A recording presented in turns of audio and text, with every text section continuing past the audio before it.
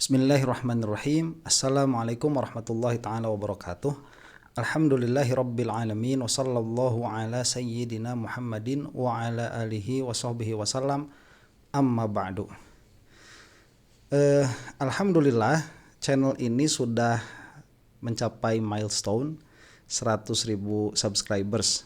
Dan dari lubuk hati yang paling dalam, saya mengucapkan amat banyak terima kasih terhadap penonton yang sudah sudi untuk memencet tombol subscribe itu ya.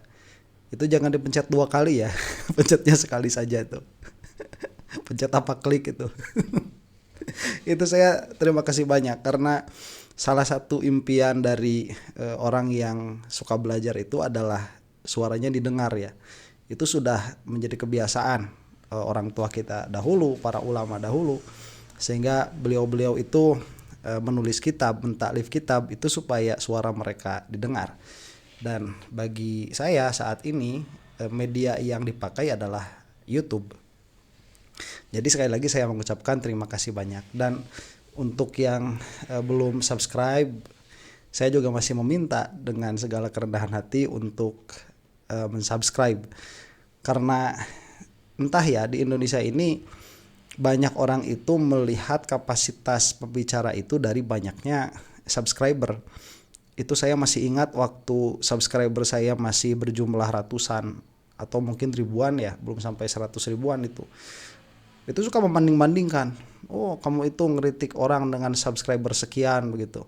Seolah-olah tatkala kita memiliki pengetahuan atau memiliki kapabilitas di dalam suatu fan ilmu tertentu, itu tidak menjadi valid di mata orang-orang masyarakat Indonesia tatkala kita tidak memiliki banyak subscriber begitu. Jadi dengan segala kerendahan hati saya meminta kepada yang menonton yang belum subscribe untuk subscribe, mudah-mudahan membantu untuk menyebarkan sedikit banyaknya ilmu yang ada. Dan kalau lebih banyak yang subscribe itu nanti kalau ada kesalahan itu akan lebih mudah terlihat. Maksud saya dari pembicaraan saya. Apabila ada yang salah silahkan komentar di bawah begitu. Nah sekarang sekali lagi kepada yang sudah begitu ya, kepada yang sudah mensubscribe, saya banyak-banyak terima kasih tuh. Itu ada yang setiap hari itu lomba-lombaan first view ya, lomba-lombaan yang pertama kali menonton itu ada. Saya mengucapkan amat banyak sekali terima kasih. Semoga Allah Subhanahu wa taala membalas semua kebaikan Anda semua, mudah-mudahan. Yang kalau ada waktu kita harus ketemu ya. Kapan-kapan tuh dengan para subscriber. Soalnya lucu-lucu juga. Subscriber saya itu lucu-lucu juga. Saya banyak belajar anekdot dan banyak belajar jokes juga tuh dari komentator yang ada di bawah. Nah, sekarang kita akan membahas lagi siapa? Pak Jokowi lagi ya. Dan ini bukan shifting dari channel ini sebetulnya. Pak Jokowi itu membahas Pak Jokowi itu karena yang dibahas oleh saya diantaranya adalah konsistensi di dalam berpikir ya. Dan seringkali saya katakan Jokowi ini tidak memiliki konsistensi di dalam berpikir. Bukan hanya saya saja yang mengatakan demikian, tetapi juga para ahli banyak yang mengatakan demikian. Saking tidak konsistennya kan disebut berbohong tuh. Dan kebohongannya itu nampak sekali, nampak jelas. Nah, yang akan kita bahas kali ini adalah perkataan Pak EF kalau tidak salah ini namanya ya. Yang mana di dalam judulnya itu teman lamanya Jokowi. Cuman saya tidak memverifikasi apakah beliau itu betul teman lamanya Jokowi atau tidak. Tetapi perkataannya ini menarik untuk kita simak dan menarik untuk ditelaah begitu. Nah, ini menarik kenapa? Karena sedikit banyak kita ini menginginkan ya Indonesia ini menjadi lebih baik, dan baiknya Indonesia itu dengan baiknya para pemimpinnya. Dan subhanallah ya, para pemimpin yang ada di Indonesia ini orangnya itu ria-ria tuh. Dengan segala hormat ya. Kenapa saya bisa mengatakan demikian? Karena narasi publik itu sangat berarti bagi mereka. Nah, ini adalah upaya untuk melebarkan narasi publik itu sehingga antitesa dari pemerintah atau antitesa dari Jokowi dalam hal ini itu bisa menggaung lebih jauh. Nah, kita akan saksikan saja langsung bagaimana perbincangan yang akan dilakukan oleh Kang EF ini. Karena kalau dari namanya sih orang Sunda ya, EF. Kita saksikan. Assalamualaikum warahmatullahi wabarakatuh. Waalaikumsalam Berjumpa warahmatullahi kembali dalam wabarakatuh. Keep Talking. Kang EF bicara. Oh, bagus tuh. Kali ini saya ingin bicara tentang Keep talking. sesuatu yang keluar dari tema pemilu, tetapi sesungguhnya berkait erat dengan proses dan hasil pemilu 2024. Oke. Saya ingin berbicara tentang Jokowi, Nah, tetapi bukan hanya berhenti soal Jokowi, melainkan juga paham yang diwariskan Jokowi. Sebut saja Jokowisme. oke. Inilah yang ingin saya bicarakan. Saya ingin mulai saudara-saudara dengan menggambarkan 7 wajah Jokowi. Inilah wajah yang sebetulnya diam-diam, terang-terangan kita sadari atau tidak kita sadari, kita saksikan dan mungkin diam-diam kita kenali sepanjang kepemimpinan Presiden Joko Widodo. Oke, nama Jokowisme ini sangat bagus karena sepertinya ini sudah menjadi sebuah idealisme ya. Kita lihat saja para termulnya itu. Demikian adanya. Kita mulai dari wajah yang pertama. Jokowi adalah orang yang tidak pernah berhenti menjadi wali kota. Oke. Menjadi wali kota adalah menyatukan antara membuat kebijakan dengan mengeksekusi kebijakan itu dalam skala yang terbatas. Menjadi wali kota bisa langsung berhadapan dengan warga dan kemudian melakukan sesuatu yang sangat konkret kepada warga. Untuk skala wali kota, tentu saja memang itu yang diharapkan dan itu yang bisa dilakukan. Tetapi kepala negara tetap berlaku seperti wali kota, disitulah kemudian persoalannya. Sekadar contoh, malam hari Jokowi bertandang ke rumah-rumah warga di Bogor sambil membagikan sembako. Di pinggir jalanan, ia membagikan amplop untuk tukang beca atau membagikan amplop untuk warga yang berkerumun di pinggir jalan. Dalam perjalanan, Jokowi biasa melempar-lemparkan kaos kepada warga yang berdiri di pinggiran jalan. Bahkan dalam satu kunjungan ke salah satu provinsi di timur Indonesia, ketika berjalan, tentu saja dengan kendaraan maksud saya, Jokowi melihat seorang ibu tua yang miskin dan kemudian ia turun menghampiri dan membelikan sapi, katanya untuk memperbaiki kesejahteraan. Oke. Ini adalah contoh bagaimana seorang kepala negara berlaku sebagai wali kota. Oke, sebentar ya. Itu sampai sekarang bagi-bagi kaosnya masih kejadian tuh. Sampai sudah tamat jadi presiden. Di Solo tuh masih bagi-bagi. Dan ada komentator ya, maksud saya yang nulis di komentar itu kemarin, yang mengatakan bahwa di Solo itu ada calonnya untuk siapa-siapa yang mau bertemu dengan Jokowi. Memang begitu. Inilah dalam pengertian bahwa Jokowi ini tidak layak sebagai presiden sebetulnya. Karena kelakuannya itu kelakuan wali kota. Ada yang mirip gak kayak gitu ya? Saya gak mau nyebut nama KDM. Kalau itu tadi keceplosan. Kita terusin aja dulu ya. Sesungguhnya ditilik dari sisi keadilan dan pemerataan, tentu saja kebijakan yang semacam itu memang tidak mungkin dilakukan oleh seorang kepala negara di sebuah negara sebesar Indonesia. Oke. Mereka yang mendapatkan kaos, yang mendapatkan amplop, yang mendapatkan sembako, persentasenya amat sangat kecil daripada orang-orang yang membutuhkan. Menjadi wali kota, punya warga yang terbatas. Menjadi kepala negara, warga negaranya sungguh banyak. Jadi ini tidak mungkin diterapkan oleh siapapun yang ingin jadi presiden Indonesia sesungguhnya. Wajah yang kedua adalah... Sebentar sebelum wajah yang kedua ya. Itu memang menutupi kekurangannya Jokowi karena seharusnya sebagai presiden yang ditilai itu kan kebijakan-kebijakannya. Tetapi kebijakan-kebijakan yang tidak populis itu dibungkus dengan pencitraan yang masif. Ya jadilah namanya Jokowi itu sampai sekarang ya di hadapan para pemujanya itu harum sampai sekarang karena mereka senantiasa melihat kepada pencitraan yang dilakukan oleh Jokowi, bukan kebijakan-kebijakan yang dia lakukan tuh. Dan saya menggaungkan hal ini karena salah satu kerugian umat Islam itu banyak terjadi di eranya Jokowi, yang mana bukan tempatnya saat ini untuk menyebutkan satu persatunya ya. Kita lanjutkan sekarang kepada yang kedua ini. Kepala negara, warga negaranya sungguh banyak. Jadi ini tidak mungkin diterapkan oleh siapapun yang ingin jadi presiden Indonesia sesungguhnya. Wajah yang kedua adalah tidak pernah berhenti berkampanye. Itu wajah Jokowi yang lain. Seorang mantan gubernur New York, Mario Cuomo, terkenal dengan kutipannya, berkampanye adalah menulis puisi, memerintah adalah menyusun prosa. Artinya, selama kampanye, kita bisa mengatakan apapun yang kita janjikan. Tetapi saat sudah memerintah, maka segala sesuatunya tidak lagi hanya sekedar perlu dukungan rakyat banyak atau populisme, tetapi juga perlu dihitung secara teknokratis. Oke, ini tidak bisa dikatakan lebih baik lagi ya. Pernyataan bahwa Jokowi itu selalu berkampanye. Itu jangankan waktunya kampanye ya. Setelah jadi presiden masih kampanye. Sudah presiden incumbent ya sampai 2 periode tuh. Sudah pensiun masih kampanye juga sekarang. Itu bagi-bagi kaos, kemudian nerima orang di rumahnya sampai ngantri. Nggak ada orang seperti itu ya, presiden seperti itu nggak ada. Karena sekali lagi mantan presiden kita itu masih memiliki etika. Jokowi udah nggak ada. Berkampanye itu aspek teknokrasinya kerap kali tertinggal. Tetapi pemerintah itu harus menyatukan orientasi populisme seseorang dengan orientasi teknokratis.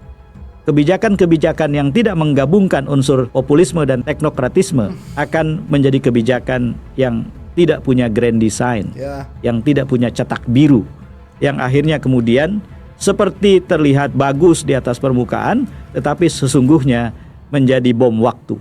Ya, itu bagus ya, bagus di permukaan itu, karena banyak sekali kan kalau kita lihat ornamennya Jokowi itu kayak kemarin tuh disuruh ngomong di Bloomberg ya, kemudian padahal ada juga ornamen yang jelek, yaitu ranking keberapa tuh, ke-1 apa ke-2 korupsinya Jokowi itu ada juga, cuman kan dibungkus sedemikian rupa dengan gelar-gelar yang bombastis, dengan penghargaan yang bombastis. Tetapi kalau dilihat kebijakannya dan dilihat jejak atau efek dari kebijakan Jokowi, itu yang ada adalah kerusakan tuh. Nah, dan para termul itu nggak pernah melihat kerusakan yang ada di dalamnya. Yang dilihat itu apa? Ornamen-ornamennya itu. Nah, makanya pada akhirnya ya masyarakat itu terpecah kan, karena ornamennya dibikin sedemikian rupa. Misalnya saja proyek infrastruktur yang memang hebat menjadi program Presiden Jokowi, tetapi kita tahu bahwa ada 2 persoalan yang sangat serius di situ. Ketergantungan kita pada hutang dan segala konsekuensinya, dan yang kedua belum terukur untuk secara serta-merta bisa meningkatkan kesejahteraan rakyat, termasuk dengan misalnya mengatasi masalah konektivitas di Indonesia yang masih jadi persoalan serius. Ya, pada akhirnya melahirkan fata morgana ya, seolah-olah Indonesia itu negara maju kok dengan membeli kereta cepat. Itu kan lucu. Ini basic berpikirnya sama dengan yang selama ini saya pikirkan dan saya gaungkan begitu. Memberikan fata morgana, ilusi palsu kepada Indonesia. Indonesia memiliki ibu kota baru begitu ya, yang besar kemudian maju. Padahal kan itu hanya menutupi kebobrokan yang selama 10 tahun oleh Jokowi ini dibangun. Dan sialnya ya, para termul itu termakan oleh upaya Jokowi di dalam mengornamenkan dirinya sebagai pemimpin yang berhasil. Kasihan itu pada akhirnya. Itulah yang terjadi jika seseorang berkampanye sementara ia harusnya mulai memerintah. Wajah yang ketiga sekarang. Jokowi adalah master of personalization. Dia adalah jagoan personalisasi. Segala sesuatu dibikin personal. Ya tadi itu, menyerahkan bantuan untuk membeli sapi buat seorang ibu, membagikan uang untuk tukang beca dan orang-orang di pinggir jalan, melempar-lempar kaos, termasuk salah satunya adalah membagikan sembako di depan istana. Sembako itu adalah bagian dari bantuan sosial. Dan bantuan sosial ada tata caranya, ada mekanismenya, ada prosedurnya. Dan di dalamnya ada rakyat yang memang terdaftar sebagai mereka yang berhak mendapatkan bantuan sosial itu. Bagaimana mungkin orang yang ada di daftar itu yang kemudian datang ke depan istana dan mendapatkan bantuan sosial, sementara dananya diambil dari dana bantuan sosial? Artinya itu menjadi bantuan pribadi. Itulah sebabnya menurut salah satu sumber, penerima bantuan sosial menjelang, selama dan barangkali sesudah pemilu 2024 jumlahnya jauh lebih besar dari angka yang sebetulnya terdaftar di Kementerian Sosial. Nah, ini sampai sekarang masih terjadi ya. Cuman kalau sembako beberapa kali dilakukan oleh Jokowi itu. Kalau kaos sampai sekarang masih dibagikan.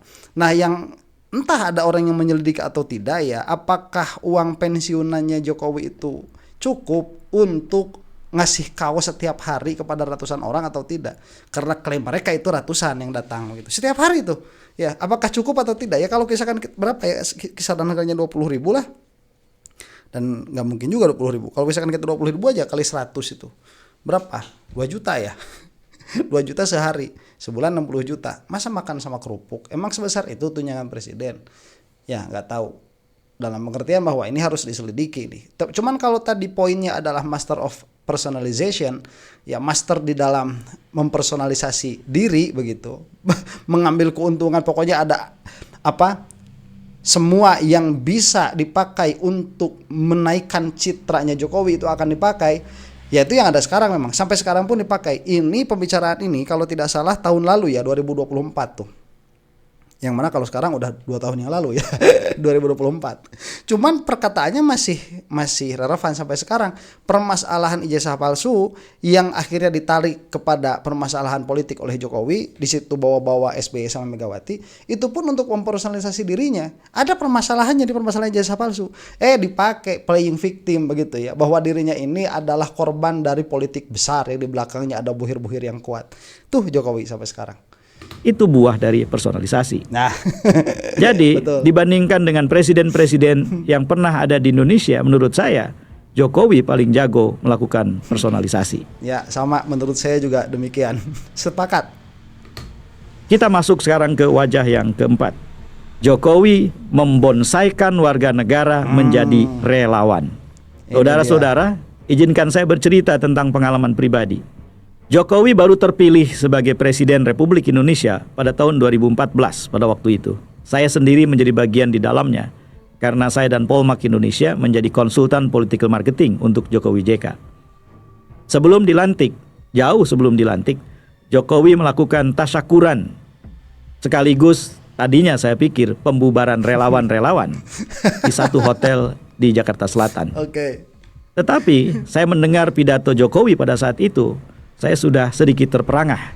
Jokowi justru meminta agar semua relawan tidak bubar. Dan apapun serangan yang nanti akan diterimanya sebagai kepala negara atau presiden, maka relawan tidak boleh diam. Pada saat itu, ingatan saya langsung melayang ke 2 orang. Thaksin Shinawatra dan Joseph Estrada. Ketika Thaksin terpilih menjadi Perdana Menteri di Thailand, ia tidak membubarkan relawannya. Ketika Thaksin dijatuhkan, hampir saja terjadi perang horizontal, konflik yang setara di antara beragam kelompok warga negara Thailand. Itulah akibatnya ketika seorang yang memimpin pemerintahan tidak membubarkan relawannya saat ia berkampanye dan mempertahankannya. Maka yang terjadi kemudian adalah bukan menyatukan, tetapi memecah belah. Ya. Joseph Estrada setali 3 uang. Ketika ia dijatuhkan karena kasus korupsi di Filipina, Presiden memerintahkan agar relawan-relawannya, terutama orang-orang miskin di kota Manila, mengepung dan menjaga dia di Istana Malacañang. Untung kemudian kekuatan tidak seimbang, sehingga tidak terjadi bentrokan sipil atau konflik horizontal. Saya membayangkan itu ketika mendengar pidato Jokowi. Dan ini menurut saya salah satu wajah Jokowi yang sejak awal saya kenali. Ia ternyata hendak membonsaikan warga negara menjadi relawan saja. Nah, ini salah satu yang paling menjijikan ya. Karena pada akhirnya tuh tatkala relawan-relawan itu dipelihara, yang mana akhirnya jadi nama Tremul itu, ini menjadi polarisasi di tengah-tengah masyarakat, yang mana seharusnya pemerintah itu tetap dia memerintah. Kemudian ada kekurangan dari pemerintah itu kan dikritik tuh oleh seluruh warga seharusnya, karena ini kan untuk kepentingan warga.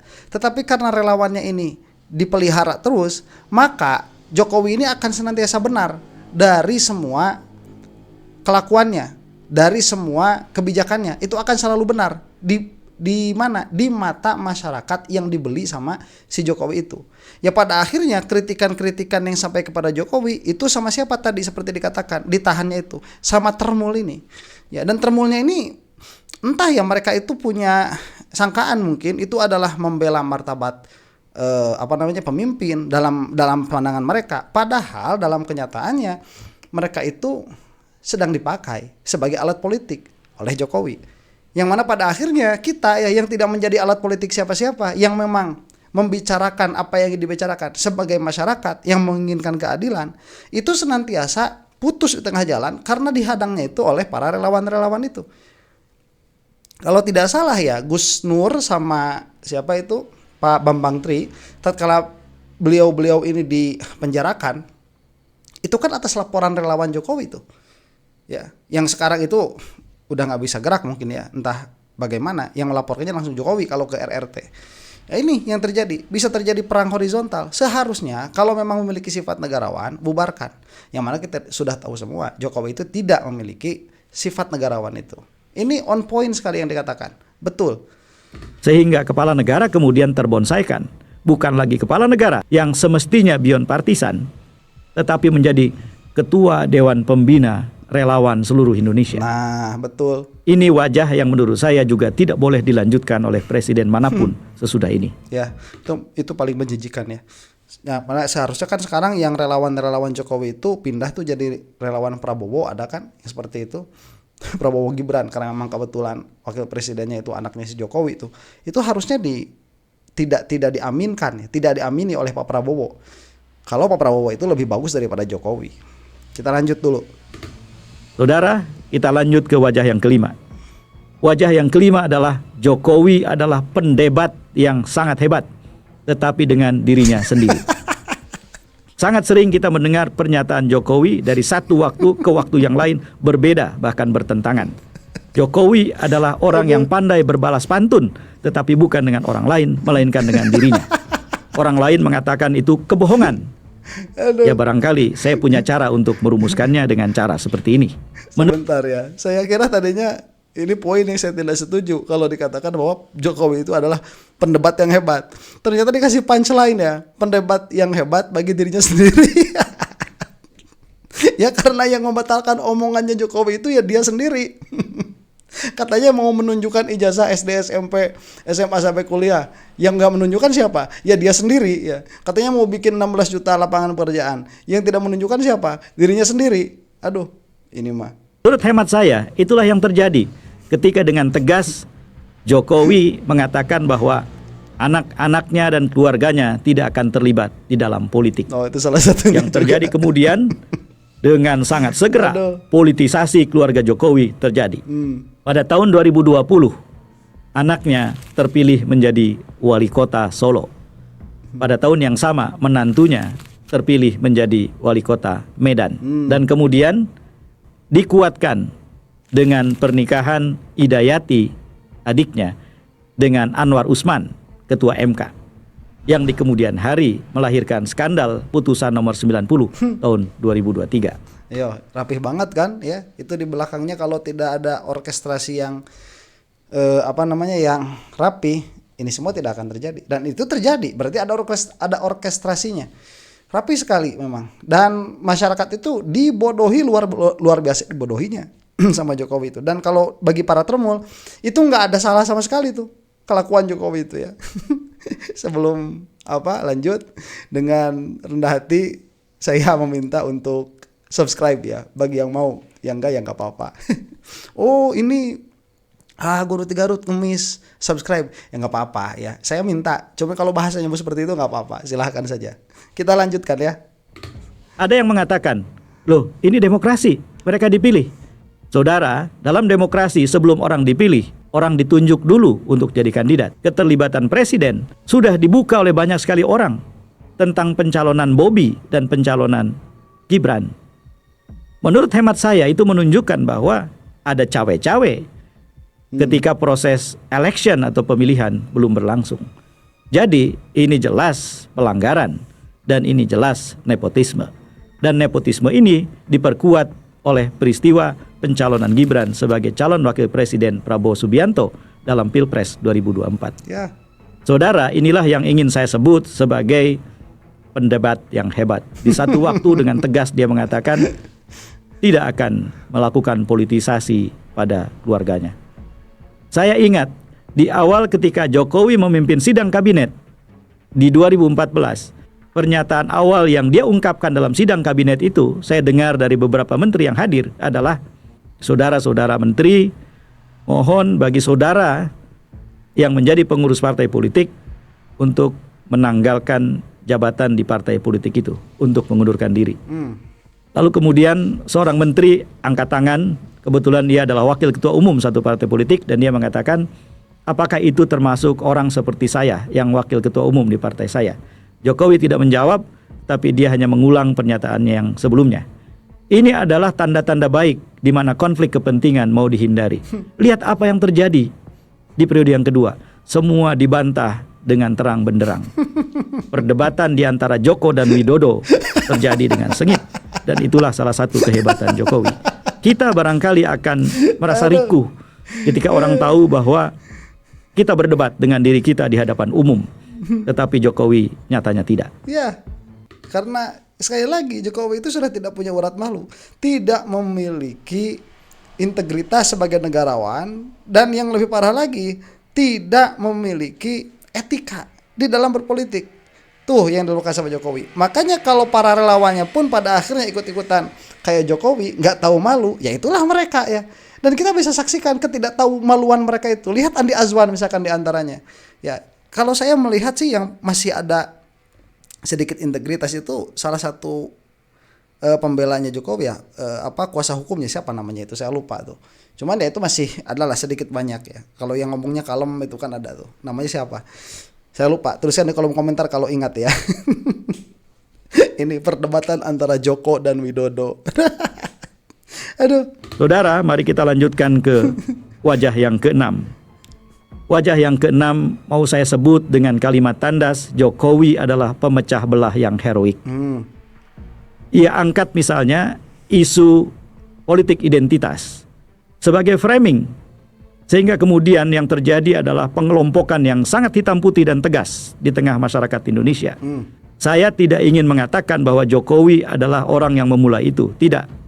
Suatu ketika saya juga akan menjelaskan di forum ini, di Keep Talking atau di Keep in Touch, apa yang terjadi di Pilkada Jakarta 2017 dan tidak seperti yang diduga orang.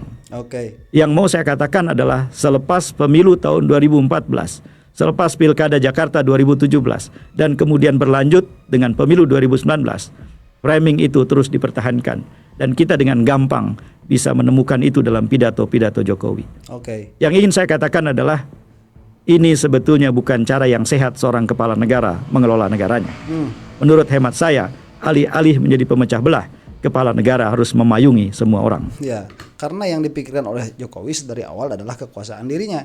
Jadi ini merupakan cabang juga dari yang tadi tuh, membonsai masyarakat menjadi relawan. Disitulah terjadi perpecahan. Dan kalau dikatakan Jokowi ini adalah pemecah belah yang ulung, itu bisa kita saksikan. Misalkan ya ada relawannya yang saya sering komentar itu, si Mosato, itu pola pikirnya pola pikir rasis itu. Itu belajar dari siapa? Ya belajar dari Jokowi. Ya, nanti polarisasinya itu dibentuk. Kalau dulu itu ya Kardun dan lain sebagainya, ya sekarang Keledung sama Tremul begitu. Itu polarisasi yang bikin siapa? Mereka sendiri tuh yang bikin. Jadi ala kulihal ini ada satu lagi, tapi mungkin akan lebih fair kalau Anda langsung saja ke channel beliau ini, dan apa yang dikatakannya, 6-6-nya yang kita saksikan itu saya kira on point, dan itulah yang sering saya katakan, tapi beliau itu menarasikannya dengan lebih rapi ya. Ya karena memang jam terbangnya sudah tinggi dan dengan Jokowi dekat. Jadi bicaranya lebih lugas. Demikian. Terima kasih atas perhatian, like dan subscribe-nya. Mudah-mudahan kita semua ada dalam maghfirah Allah Subhanahu wa taala. Wallahu taala a'lam bissawab. Assalamualaikum warahmatullahi taala wabarakatuh.